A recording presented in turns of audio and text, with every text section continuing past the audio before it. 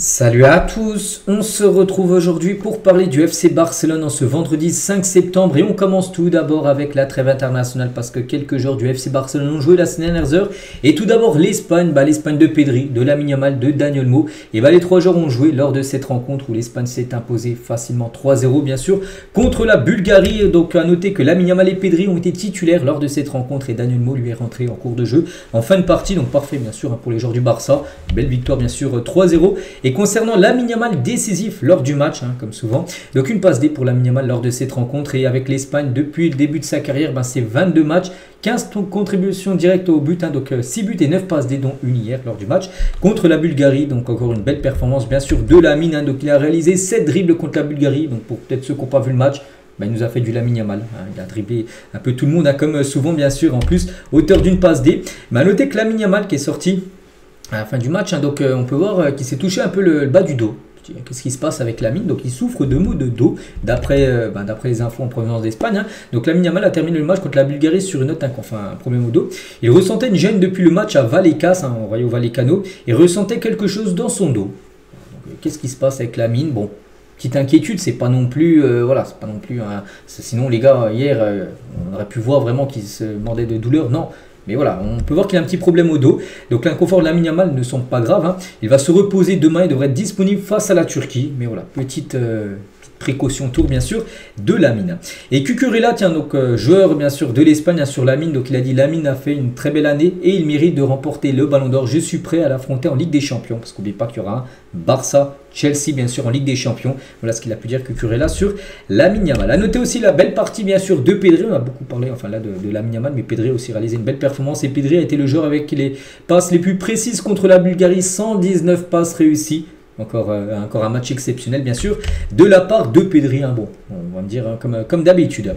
Les unes aujourd'hui, Sport et Mundo Deportivo, ça parle de ça quand l'Espagne joue. C'est l'Espagne bien sûr qui fait la une du journal. Se battre pour commencer, voilà, avec cette victoire 3-0. Tiens, avec Lamine Yamal en train de taper dans les mains bien sûr Mikel Merino, le buteur sur la passe D bien sûr de Lamine. Et l'autre une à Mundo Deportivo, c'est sans effort total. Voilà. Bref, voilà, ça a été une victoire tranquille, bien sûr, des Espagnols. Prochain match, la Turquie. Là, bien sûr, c'était un beau test, bien sûr, pour les Espagnols. On peut parler aussi de l'Argentine. Oui, il ne joue plus au Barça, mais bon, obligé d'en parler, les gars. Léo Messi. Et Messi a marqué un doublé contre le Venezuela lors de ce qui peut être certainement son dernier match. Et oui, c'est bien ça, c'était son dernier match avec l'Argentine. En Argentine, donc voilà pour la légende bien sûr Léo Messi, légende du Barça. Il a dit c'est toujours un plaisir de jouer en Argentine, j'ai toujours reçu de l'amour à Barcelone, mais j'ai toujours rêvé de vivre cela ici en Argentine bien sûr avec mon peuple, et je n'ai pas encore pris de décision concernant la prochaine Coupe du Monde. Bon, celle de 2026, il va certainement la jouer, mais la prochaine les gars en 2030, celle qui se jouera en plus en Espagne, au Portugal, au Maroc, celle-là, non, il ne devrait pas la disputer. Compte tenu de mon âge, il est logique que je n'arrive pas à la prochaine Coupe du Monde, donc voilà, en Europe, en Afrique. Mais nous allons prendre les choses au jour le jour, match après match. Donc voilà ce qu'il a pu dire Léo Messi, donc là, parce qu'on sait qu'il est très proche quand même de la fin, Léo Messi, donc il a un certain âge, mais voilà, il faut profiter bien sûr de la Pulga au maximum. Donc nous on revient maintenant sur le Barça, on a parlé un peu de la trêve internationale, donc maintenant retour bien sûr avec ce mois de septembre qui sera difficile bien sûr, de toute façon chaque mois il y a des rencontres et chaque rencontre est difficile. Donc là on est le 5, n'oubliez pas le 14, donc dimanche prochain, pas dimanche après-demain, le dimanche d'après, ça sera la réception de Valence, ensuite il y aura Newcastle, Retafe, Real Oviedo et la Real Sociedad, puis même on peut mettre après en octobre, bien sûr le PSG, dès le 1er octobre prochain. Mais nous déjà, bien sûr, par rapport au mois de septembre, c'est déjà pas mal. Et concernant cette Ligue des Champions, à noter qu'Opta, en gros, c'est un super ordinateur qui fait des probabilités, des pourcentages, tout ça, en gros, qui a des stats sur le foot. Donc a délivré son classement de la phase de Ligue des Champions, basé notamment sur les calendriers et les niveaux des équipes. Et si on regarde, nous, ce qui nous intéresse, c'est le FC Barcelone. Donc le Barça finirait à la 4e position, en gros, de cette poule, vous savez, de plus de combien, 36 équipes. Donc n'oubliez pas, le Barça a fini 2e la saison dernière, juste derrière Liverpool. Deuxième, voilà. Donc là, ce serait 4e position. On peut voir, voilà, par exemple, que le Barça a 6,9, on va dire 7% de chance de finir premier. Voilà. Le Barça a 52% de chances de finir dans le top 8 et du coup d'éviter, on va dire, les 16e de finale. Le Barça a 42% de chances du coup d'être au barrage et le Barça a 5% de chances d'être éliminé. Ce serait une catastrophe bien sûr, mais voilà, seulement 5% bien sûr. On peut avoir chaque équipe bien sûr, donc c'est Liverpool qui ont le plus de chances de finir déjà la première position. Classement où ils avaient obtenu, là, bien sûr, lors de la dernière saison de Ligue des Champions. Donc voilà, concernant, bon, c'est seulement des probabilités tout ça. la vérité, vous le savez, ça se passe sur le terrain. On revient nous sur le match contre Valence, là dans 9 jours. Et le Barça devrait jouer son match face à Valence au stade de Johan Cruyff, où joue l'équipe réserve, le Barça B, où joue l'équipe féminine. C'est ce stade d'une capacité de 6000 places. On en parlait ces derniers jours, mais ça se confirme que le Barça devrait jouer cette rencontre dans ce stade-là. Le match contre Valence se jouera au stade Johan Cruyff, 90% de chances que ça joue là. Donc le retour au Camp Nou, ça ne devrait pas encore pour être maintenant. Donc retourner au Camp Nou pour le match contre Valence, c'est pratiquement impossible, c'est pas possible. Donc pour l'instant, il y a encore trop de choses à faire, trop de sécurité à mettre en place vraiment pour le retour des supporters. Voilà, pour ce match contre Valence, le délai est trop court, de 9 jours. Et le match contre le PSG devrait lui se jouer probablement au stade Montjuic. Voilà. Donc regardez en gros le programme des matchs, c'est un peu fou parce que le Barça, qui va recevoir pas mal de rencontres, devrait jouer dans 3 stades différents. Donc contre Valence, le stade Johan Cruyff. Contre Retafe, c'est le match d'après. Le Retafe, c'est un match d'après, bien sûr, en championnat à domicile. Là, normalement, ça pourrait être le retour au Camp Nou. Donc là, peut-être tu auras le feu vert pour retourner au Camp Nou. Et contre le PSG, ça sera Montjuic. On se dit, pourquoi alors tu vas au Camp Nou contre Retafe et contre le PSG, tu vas à Montjuic? Parce qu'oubliez pas que il y en a un, c'est la Liga et l'autre, c'est la Ligue des Champions. Donc en Liga, ça sera le feu vert de la Liga pour le retour au Camp Nou. Mais en Ligue des Champions, il faut que les inspecteurs de l'UEFA valident que le Barça puisse faire son retour au Camp Nou. Si c'est pas possible, et le Barça jouera au stade Montjuic, tout simplement, cette rencontre contre le PSG. Voilà. C'est un peu fou, c'est vrai que c'est des matchs à domicile, mais ça sera dans 3 stades différents normalement là pour le mois de septembre et début octobre, avec le match bien sûr contre le PSG fixé le 1er octobre prochain. Bref, on continue avec Maurizio Pochettino, ancien coach par exemple de Tottenham, qui a du PSG, il a coaché pas mal d'équipes.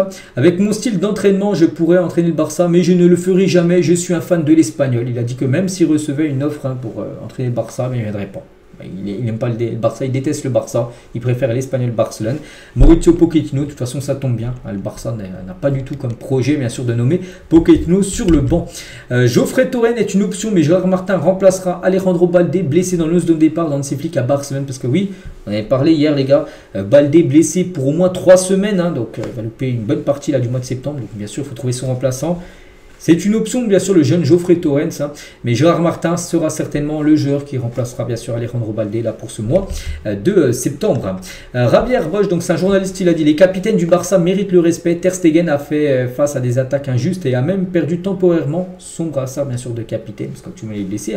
Mais il a tenu bon dans le vestiaire. Des leaders comme Araujo, Pedri et Rafinha ont soutenu Fermin à un moment clé. » Voilà ce qu'il a pu dire sur certains dossiers chauds, on va dire, du côté du club. Concernant Hansi Flick, donc il était très sévère avec les joueurs après les 3 matchs de championnat. On en parle comme depuis quelques jours que oui, Hansi Flick n'est pas satisfait du début de saison et chaque jour il y a encore des infos là pour dire oui qu'il en veut beaucoup plus de ses joueurs. Il n'était pas satisfait de la performance, pourtant le Barça c'est 7 points pris sur 9. En plus avec 3 matchs à l'extérieur, mais Hansi Flick veut une équipe beaucoup plus engagée, beaucoup plus concentrée lors des prochains matchs. Et certains joueurs du Barça n'ont pas été clairs sur les récentes déclarations d'Hansi Flick sur les égos dans l'équipe. Ils veulent des explications la semaine prochaine après la trêve internationale, parce qu'Hansi Flick il avait dit il faut les égos, tout ça, ça tue le football. Quand un joueur se prend au-dessus d'un autre, tout ça. Il veut que tout le monde aille dans le même sens. Donc c'est pour ça que certains joueurs du Barça, d'après Marca, aimeraient avoir des réponses en gros de ce qu'il veut dire en gros Hansi Flick par rapport à ses égos. On continue aussi avec Margu, donc ancien joueur du Barça qui est parti à Chelsea. Il est bien inscrit sur la liste de Chelsea pour jouer la Ligue des Champions. Donc voilà, Margu affrontera bien son ancien club du FC Barcelone. Parce n'oubliez pas qu'il y aura un Barça-Chelsea qui jouera en plus, sera plutôt à Chelsea cette rencontre, à Stamford Bridge. Donc Margu pourrait affronter bien sûr le FC Barcelone.